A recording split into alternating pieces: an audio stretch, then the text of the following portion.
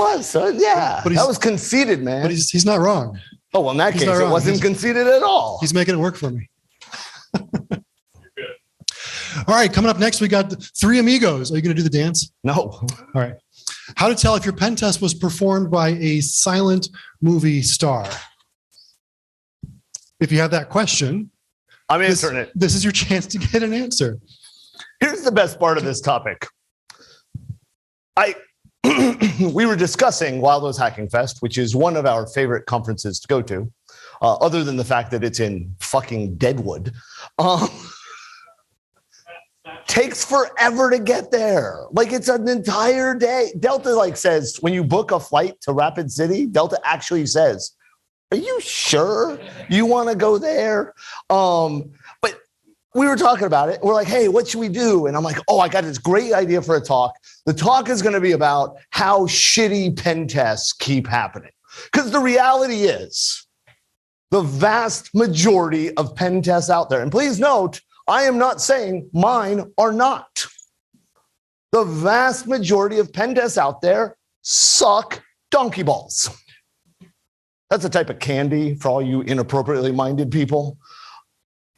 They suck. People just, and we accept it. It's kind of like how we accept our politicians to be dickholes, and yet we keep electing them. Right? The same thing happens in the pen test industry. And so I'm talking to my people, like I got people now. This is weird for me. I forgot I was supposed to stay over here. I'm sorry. He just told me where I was allowed to walk to, and I forgot already. Hope you guys weren't expecting a professional talk at this one. We're just going to go off and do things. But so I'm talking about people. I'm like, hey, I got this idea. We're going to talk about how shitty pen tests are and how we can make pen tests better, and how you all who are hiring people to do pen tests or doing pen tests yourself can hold our own feet to the fire so we can do better.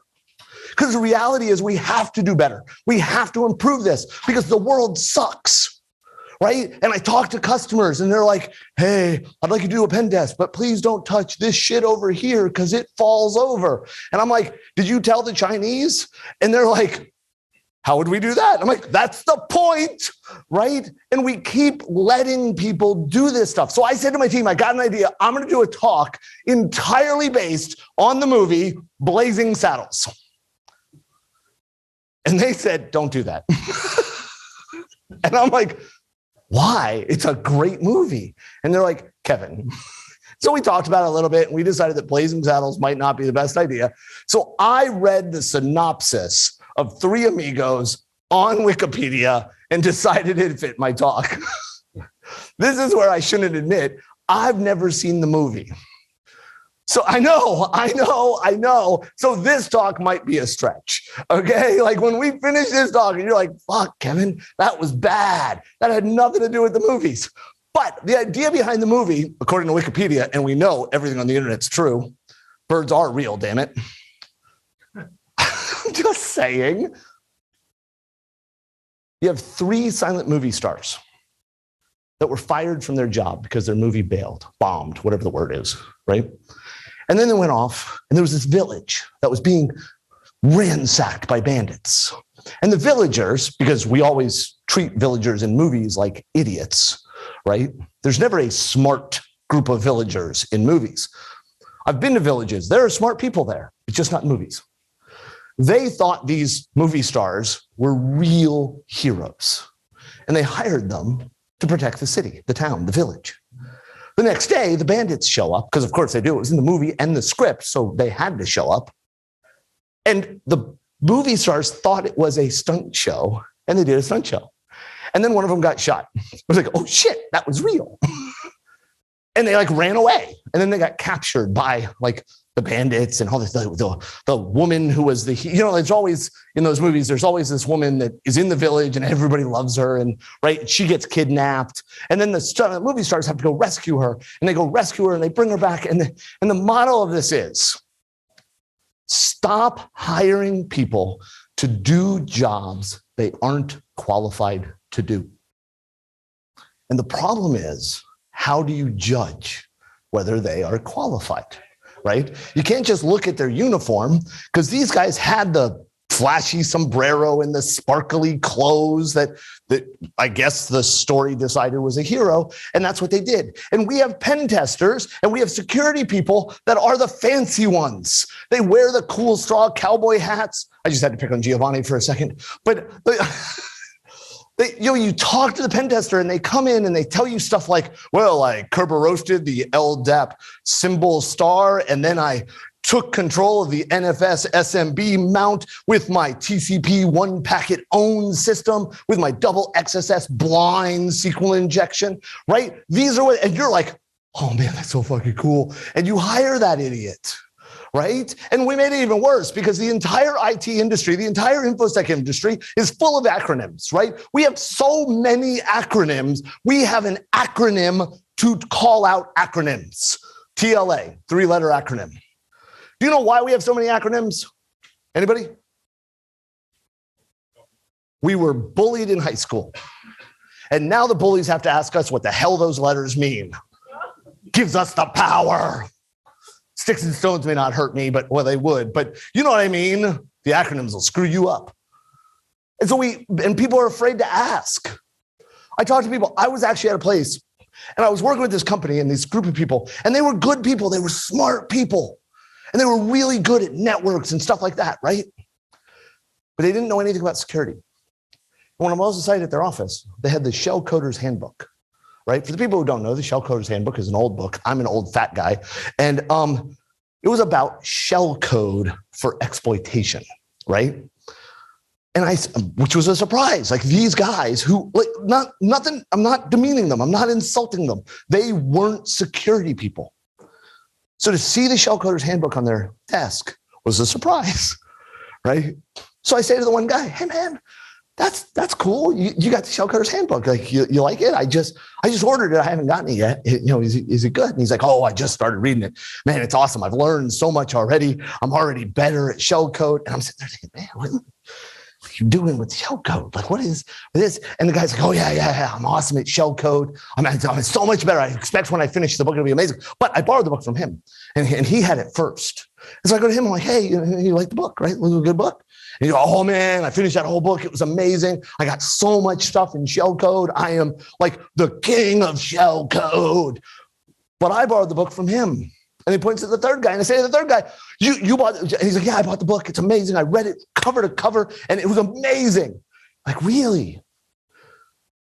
I'm going to tell you right now, I've been involved in security for a very long time. Like I said, I'm an old fat guy. I've been involved in IT professionally since 1991. I've been doing this for 31 plus years. Okay? Shell Coder's Handbook. I write shell code. I've written payloads for buffer overflows and format string attacks. I've written them from scratch. I know assembly. And I could not finish the Shell Coder's Handbook because the book was so difficult for me to understand that I couldn't get through it. Okay? I talked to these people, and what I realized was not a single one of these guys had ever read the book. They thought it was a bash shell coding book. They didn't understand it, but none of them had the courage or honesty to say, I don't know what the hell I was reading. Like, I don't know what that was. Right? Yeah. They're like, what the hell's wrong with you people? Right? That's what we're fighting because they're the people hiring pen testers.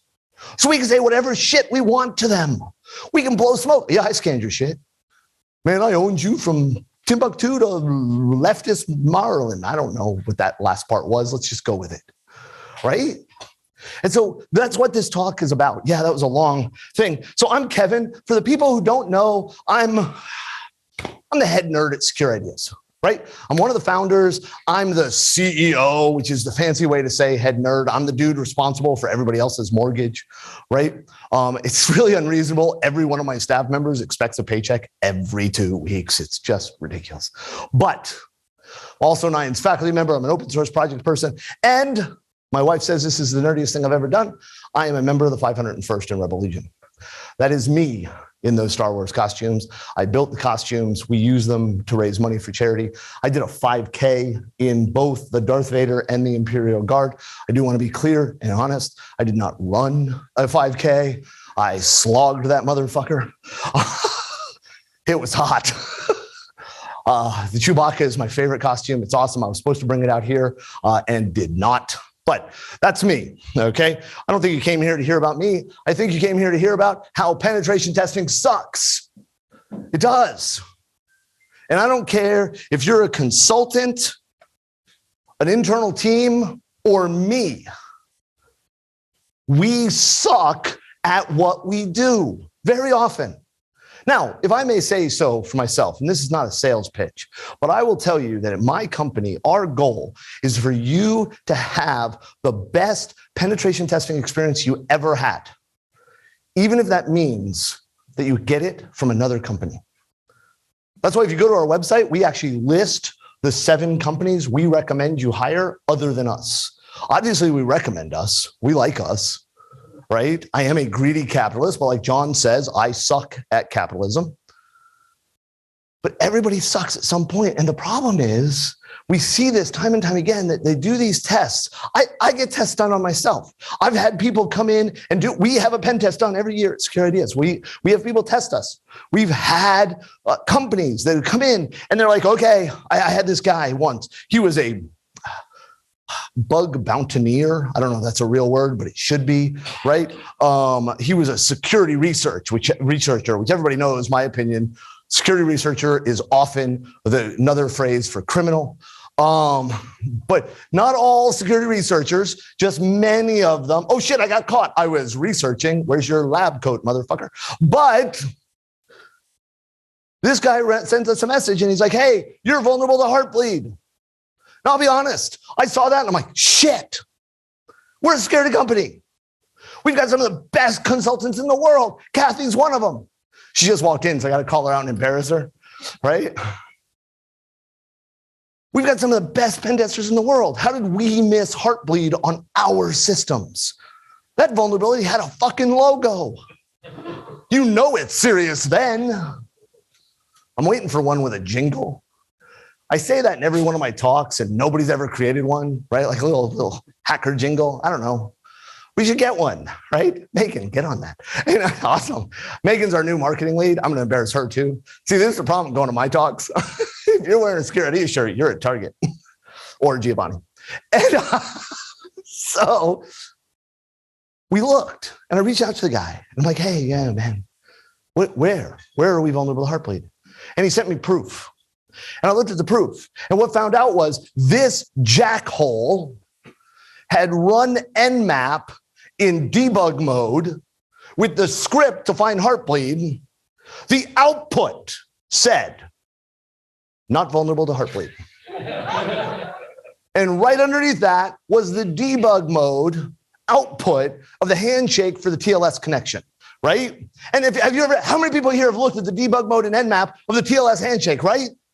Okay, way more hands should have come up, okay? But thank you very much, right? It looks, if you don't know what you're doing, and I'll call it ignorance. And I want to be very clear, when I say ignorance, I don't mean the social media meaning of ignorance, which is an insult. I mean the lack of knowledge. We are born in ignorance. We will die in ignorance.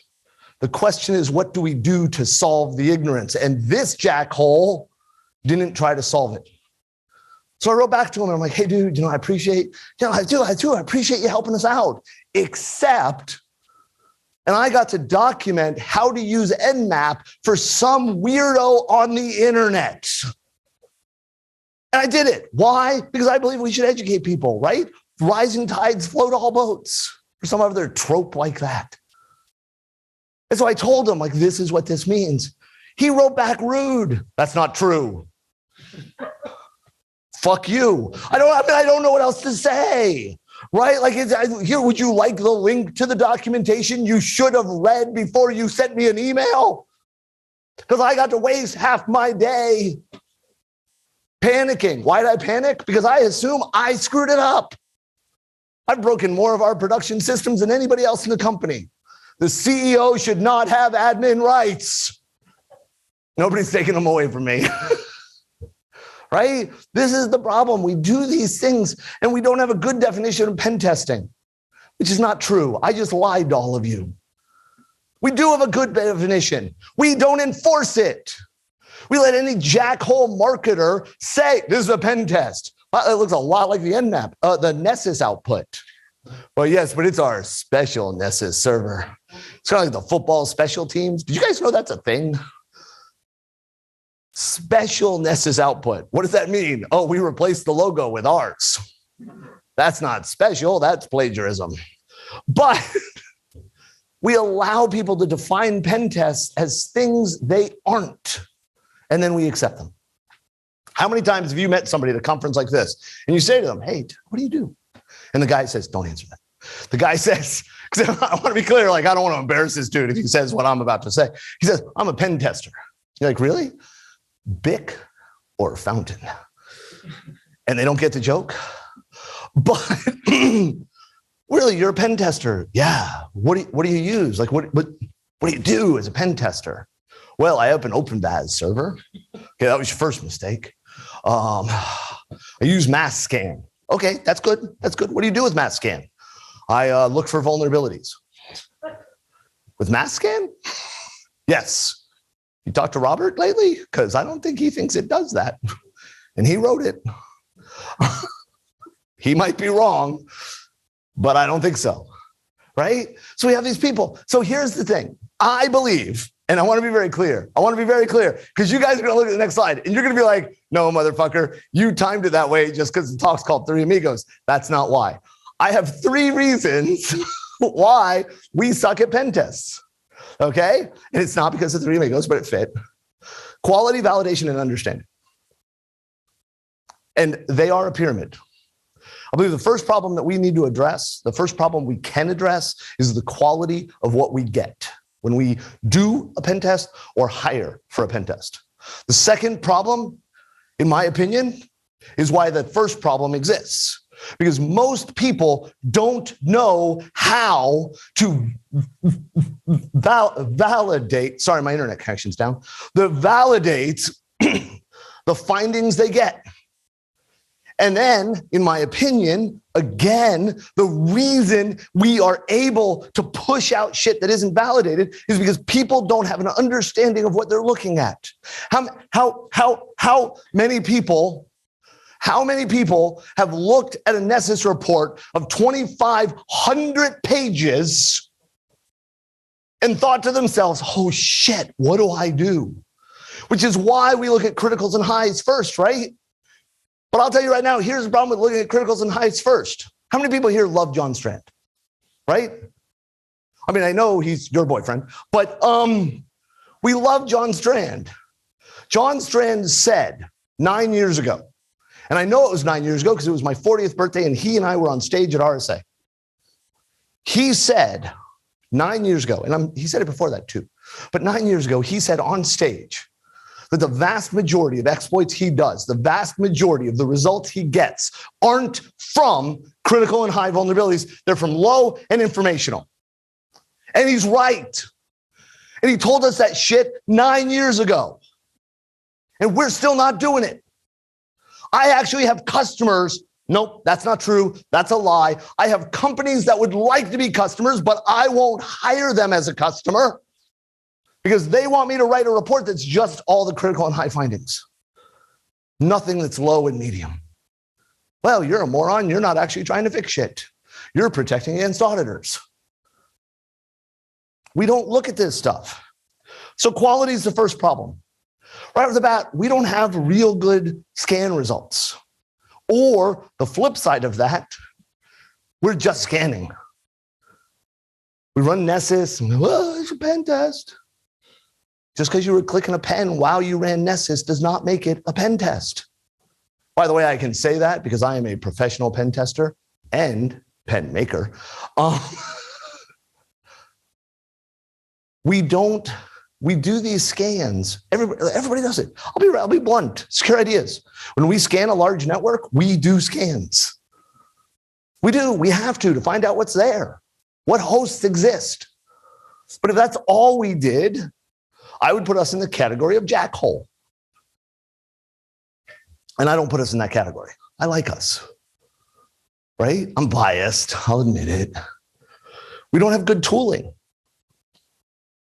And worse, we depend on the tooling. We as an industry, we depend on the tooling. How many people here have pulled off SQL injection exploitation, not discovery, exploitation with just a browser? Again, more hands should have gone up. In my opinion, even if you're not a pen tester, because I am going to pick on Giovanni right now. I hope you don't mind. Giovanni is not a pen tester. That's not his job. He's capable of pen testing. He'd be good at it if he was one, but he's not. It's not his job. But he raised his hand because he's done SQL injection exploitation in a browser. So he understands it better. He doesn't depend on the tooling. And because he doesn't depend on the tooling, when he gets the results of the tooling, he understands what it's doing. He understands the limitations of the tool.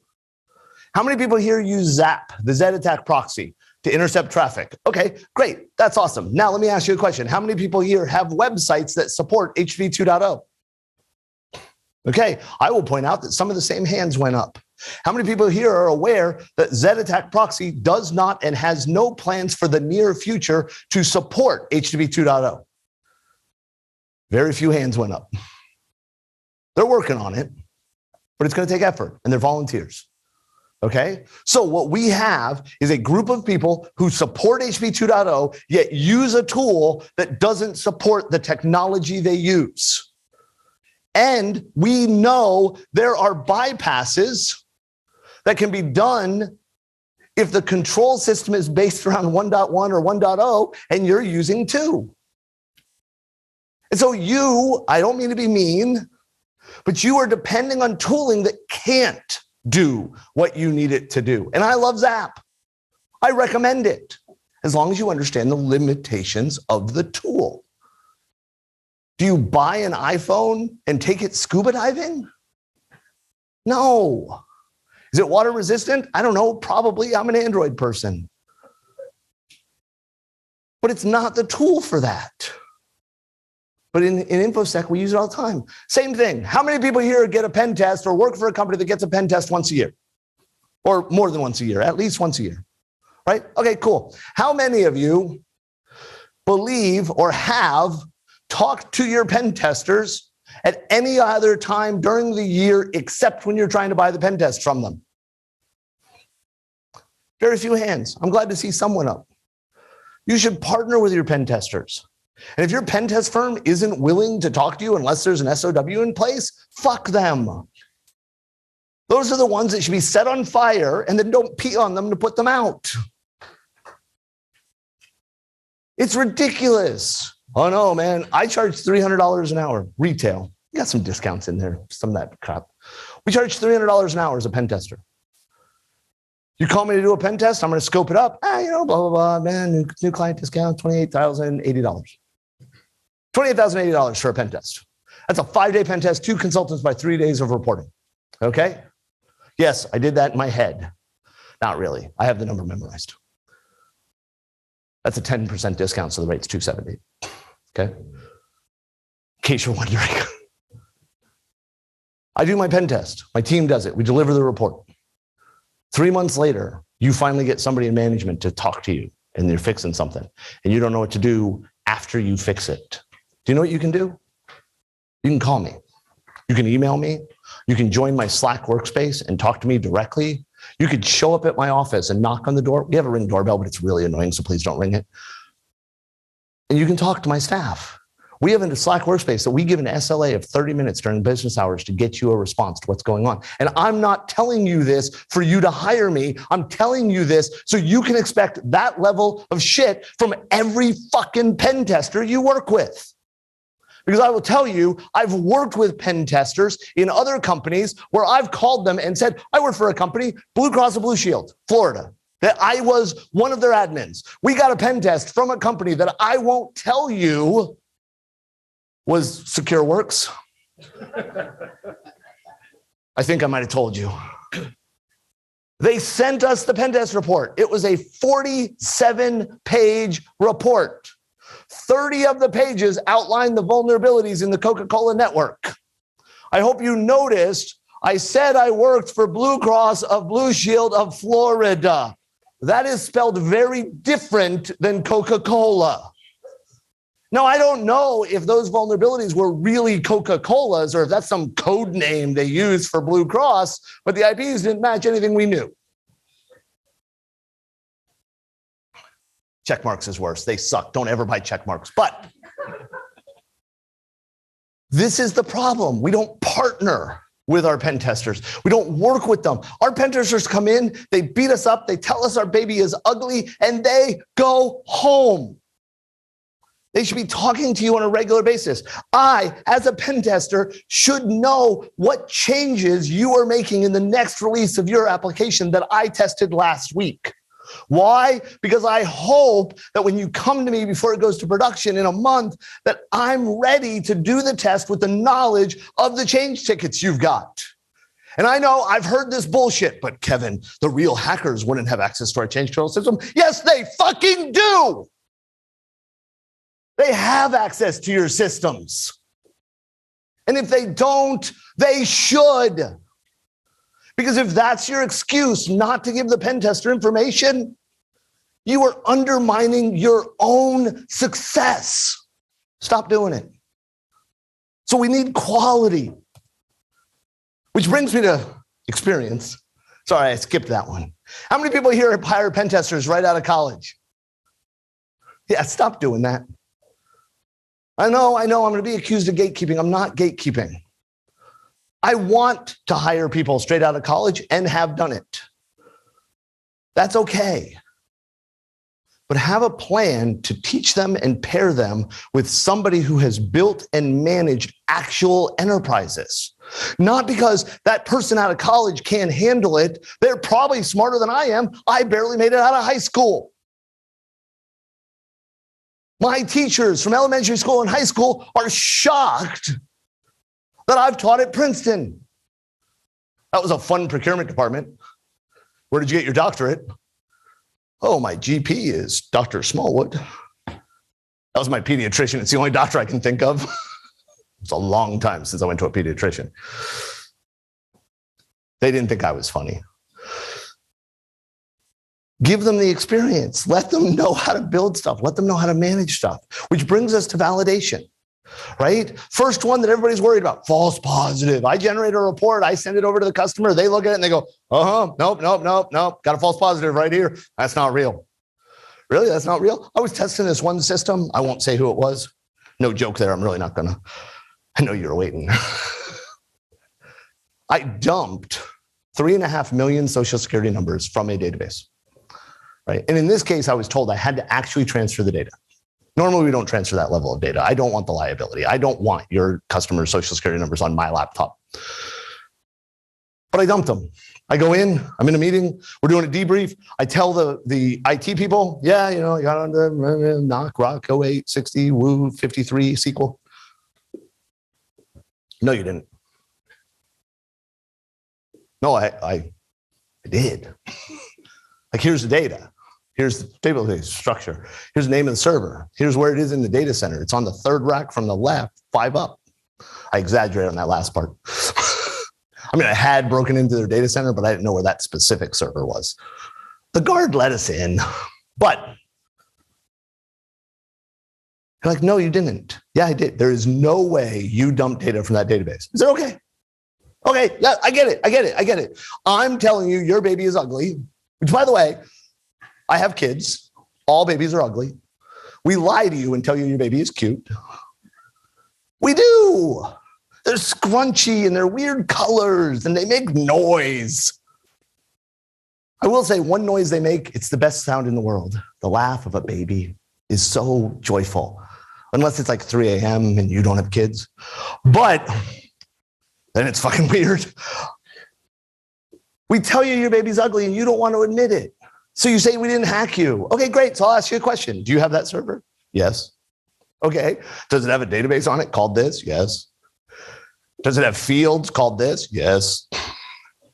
Here's 10 sample social security numbers. Are they in that database? Yes. Okay, let's weigh our options.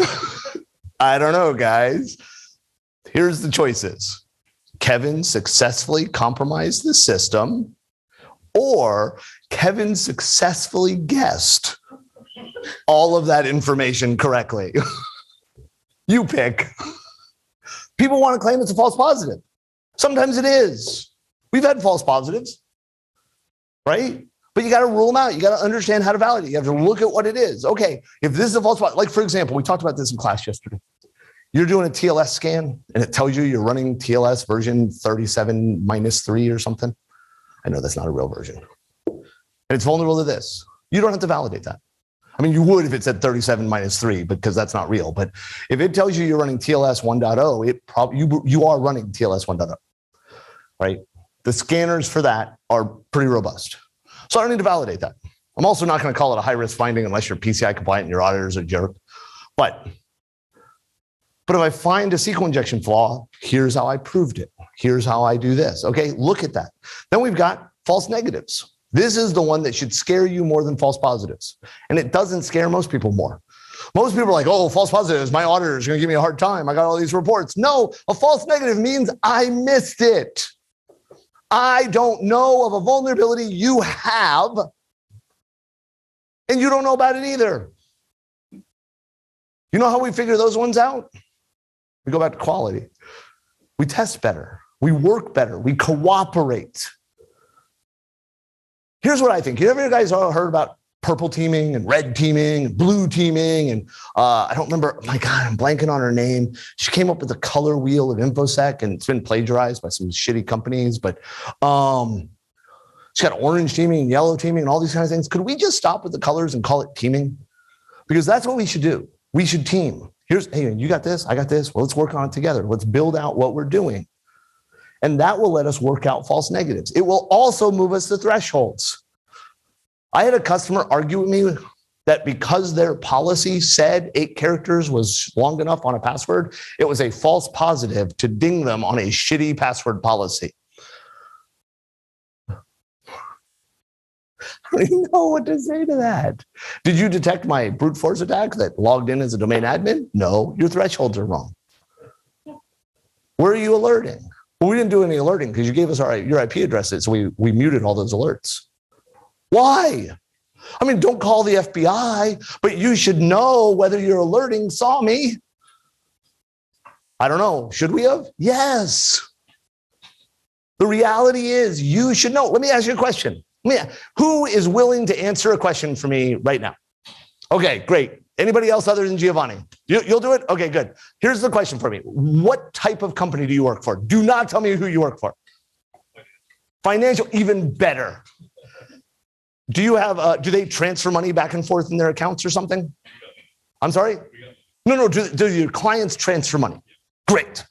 How many transfers a day happen on your production systems? Don't answer. Here's the question. Do you know or know where to find out exactly how many transactions of that type happen on your system in a day? I know a range, and I know the person who will. Damn good answer. We should use his financial services company, whatever it is. I'm sorry? Yeah, we shouldn't use Wells Fargo. That was a joke because he said Wells Fargo, not me. I did after he said it, but that's great. Most companies don't know. How many transfers do you have a day? I don't know. How many of that page hit do you get a day? How many people log in successfully on your system a day?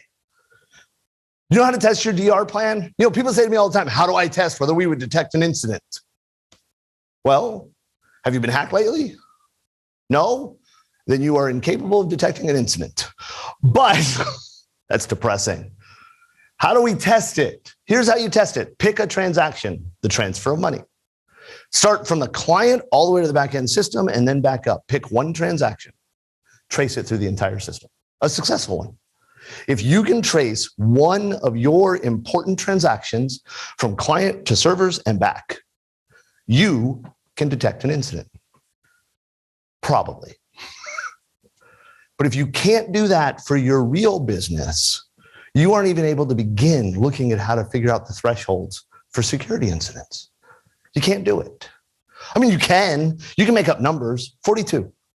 Every time we have 42 of something, that's the answer, right? You know it is. So figure it out, which brings us to the last thing.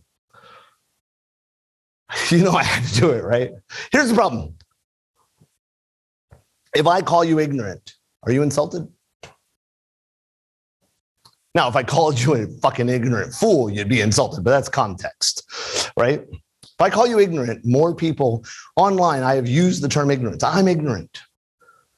We hear in the InfoSec field that we have imposter syndrome. Unless a psychologist has told you you have imposter syndrome, you probably don't. And here's why I say that. Imposter syndrome is you feel like you know so much less than anybody else does, and you're pretending to know to be in the position you're in.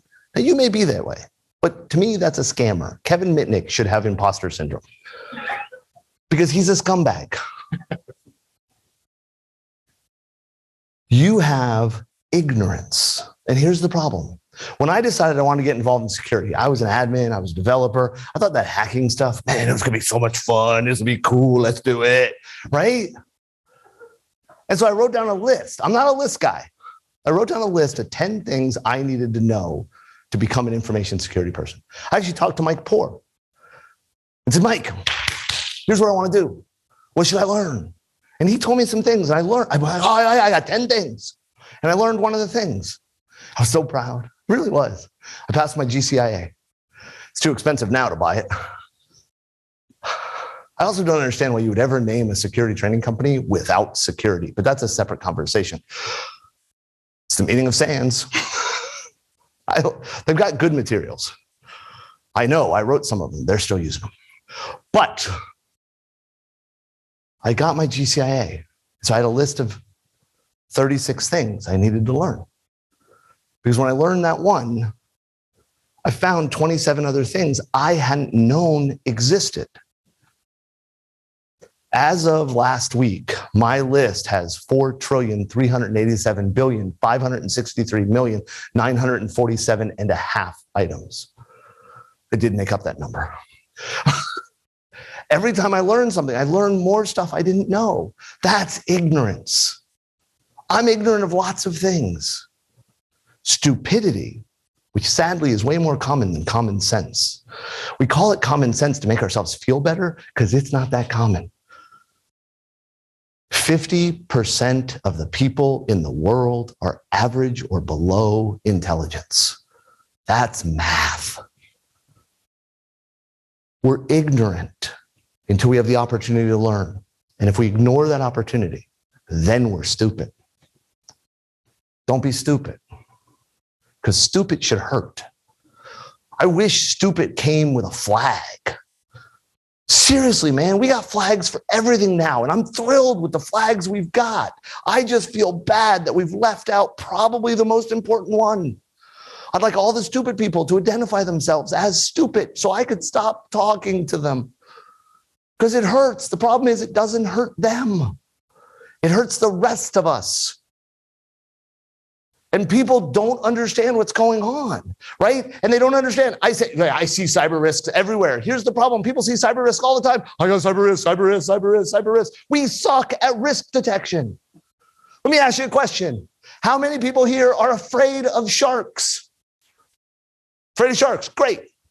So I'll ask, sir, where do you live? What state? North Dakota. North Dakota. And you're afraid of sharks. It's a landlocked state. Maybe. The only way a shark's getting you is if they're transporting it down the highway and you hit the fucking truck. Do you know what you should be afraid of? Soda machines. That's reasonable. Everybody should be scared of grizzly bears, especially if you've seen one shaved. Have you ever seen that thing? That's nightmare fuel. It doesn't matter. They're scary as hell. And they've got legs. They can chase you. The shark, you get up on the dock and you're like, nah. You should be afraid of soda machines. More people in the United States are killed by soda machines a year than sharks, but Discovery Channel doesn't have a soda machine week. It'd be pouring. And there's the Pepsi. Right? Because we don't understand risk. It's like reputational harm. How many people here have worked for a company and they're like, man, we've got reputational harm. It's really bad. We're going to have reputational harm, right? How many? Right? Reputational harm for InfoSec is a cop-out. Every single time I hear a consultant say, well, the risk of reputational harm, almost every single time I hear it, it tells me that that consultant couldn't think of a business risk to use. And so they categorized it as reputational harm. I was teaching a class once. I probably shouldn't tell the story, but I'm going to tell this story. I was teaching a class once and I said that, and a guy in the audience said, Kevin, you're wrong. I'm like, okay. I'm okay being wrong. I'm wrong all the time. Ask Kathy. We have a contest in Slack at work to say how many times I'm right because it happens so rarely. I say to the guy, okay, fine. He's like, my company, we've studied it. We're worried about reputational harm. Like, really? He's like, yeah, we put a lot of money into studying it, and we know it's the biggest risk we have. Really? Who do you work for? And this moron said, I work for Comcast. And I laughed. You're worried about reputational harm? You're Comcast. People who have never heard of you hate you. As a customer, you have more recordings of me calling your salespeople stupid motherfucker than any other company in the world. I hope you get hacked, not because I want you to be hacked, but because the hackers would provide better service. There's no reputational harm there. People still shop at Target. People still work with the US government, even though, let's be honest, OPM happened. They got our biometrics. I had to go burn all my fingerprints off. That's not true. I mean, it did get the biometrics. I just didn't burn my fingerprints off, right? We have to understand the risks. We have to work on our understanding. And then we need to go back into town. See, I told you I'd tie it to the movie. Might be a stretch. Watch the movie. Tell me if I got it right. Because I didn't. I have watched Top Gun. We had that conversation last night. Go back into town. The next time you're hiring a pen test firm, the next time you're working for a pen test firm, the next time you're doing pen test of your own company, think about what I just said. How do you provide the best quality service you can? How do you enable the people receiving the results to validate that you're not full of shit? And then how do you share the understanding so that you don't have to be there?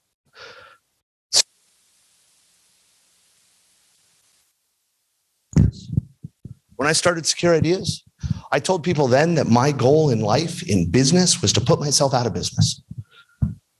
Sadly, you guys haven't enabled me to do that. No, that's not sad. I'm happy.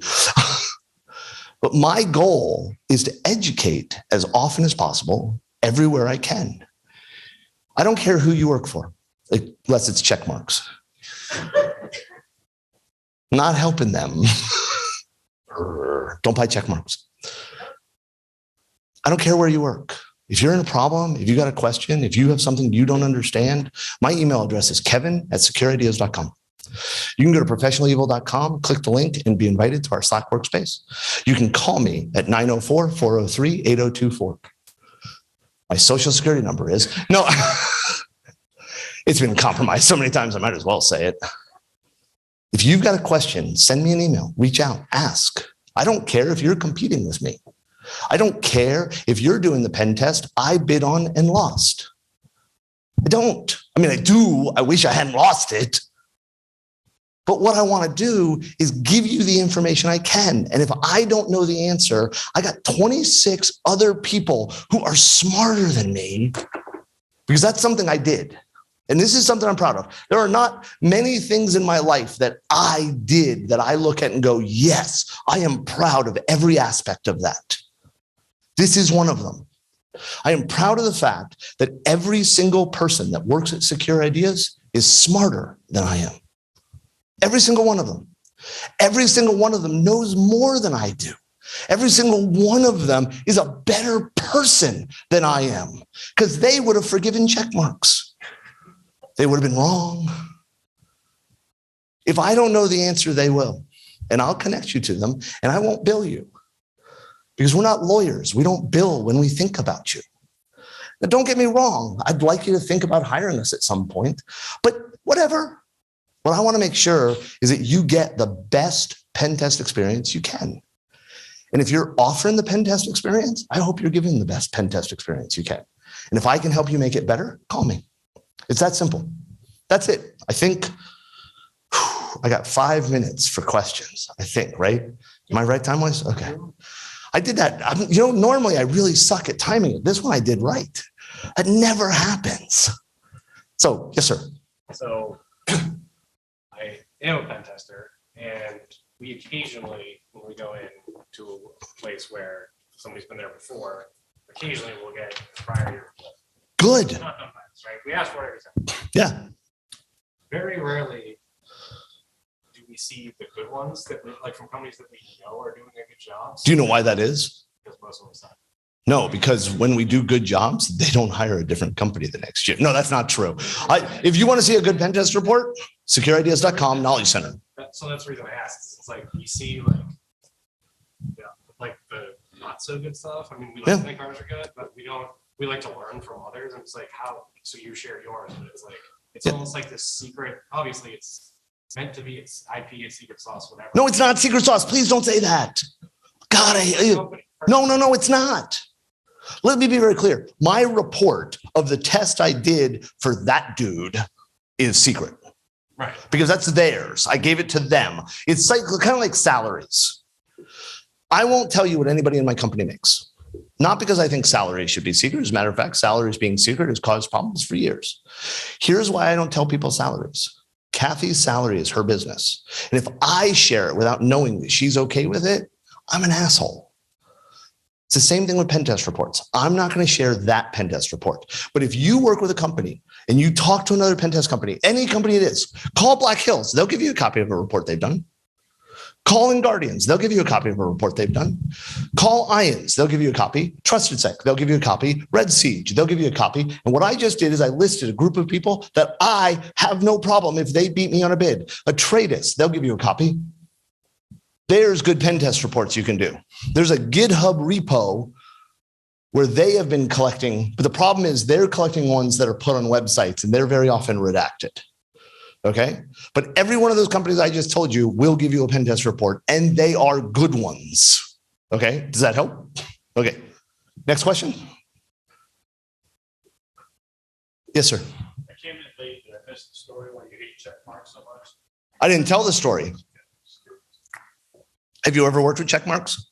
I recently went through, so I haven't worked with a company directly. And you don't understand how I hate them?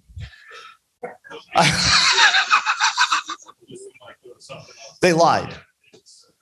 I asked them, I had a job, I was a customer. I asked them specifically if they were able to support something I was told by their engineering team that they could.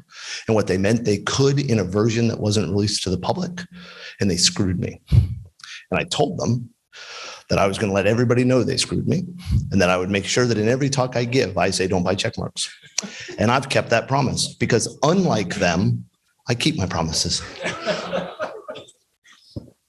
My lawyer hates that I say that. I pay her to help. So, any other questions? I guess I'll say, I mean, I agree with everything you're saying. But a lot of things you're saying, we were doing 15 years ago when we were doing pen testing. You know, validating, doing, making sure you're getting a good report. This doesn't seem all that new, I guess. It's not. Here's the problem.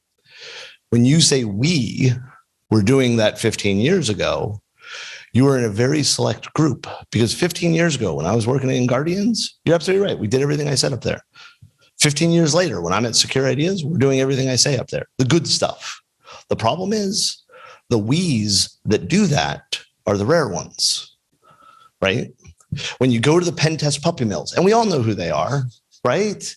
You all know that when you bid on a pen test and Optiv wins it instead of you, or let's go with the really good one, because some of the Optiv stuff is good. Anything that comes out of coal fire, right? Oh yeah, see, I heard groans because you all know it, but we're not willing to say it out. Okay, I'm willing to say it out loud. We don't say it, right? It's kind of like, and this is going to be so inappropriate, but I'm going to say it because I'm an inappropriate person. It's in court records. I'm an asshole. And it wasn't divorce court, where I assume that happens a lot. For years at DEF CON, we knew of people that sexually assaulted and harassed people. And we still put them on pedestals. We as an industry take the scum of the earth and treat them like they're fucking rock stars. How many times have you seen Kevin Mitnick on stage as a keynote being paid $30,000 to give that keynote address? And he stands up and says, I committed crimes that shouldn't have been crimes and I would do it again. I have no problem with people who've done felonies. I don't. You get arrested, you made a mistake, you did something bad, you serve your time, and you know what, motherfucker? I'm going to help you out. But when you finish it and you say, what I did wasn't bad, and I shouldn't have been held to that standard when it was bad, don't get me wrong, then that's a problem. Why are we putting him on a pedestal? And I'm not asking you to put me on the pedestal he's on. I'm asking you to put the good people on the pedestals. We stand on the shoulders of giants. I am where I am because of the other people who held me up. And my job, my role is to hold up the next people. And the problem is there's way too many people who don't want to be held up. There's way too many people who don't want to support the weight of others. We aren't competitors. We should share all this information, and we don't. So you're right. Nothing I said is new. The problem is we haven't kept doing it. You know, it sucks. By the way, I'm going to tell this story because I think it's hilarious. A lot of people think I look like Kevin Mitnick. And over the years, I have been asked many times to sign his book. Every time I'm asked to sign his book, I sign it.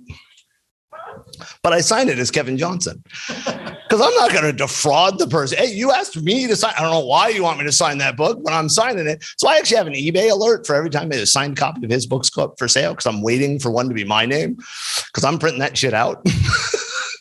My autograph's on eBay. So any other questions? Did that help? Did it? Because you're right. It's not new.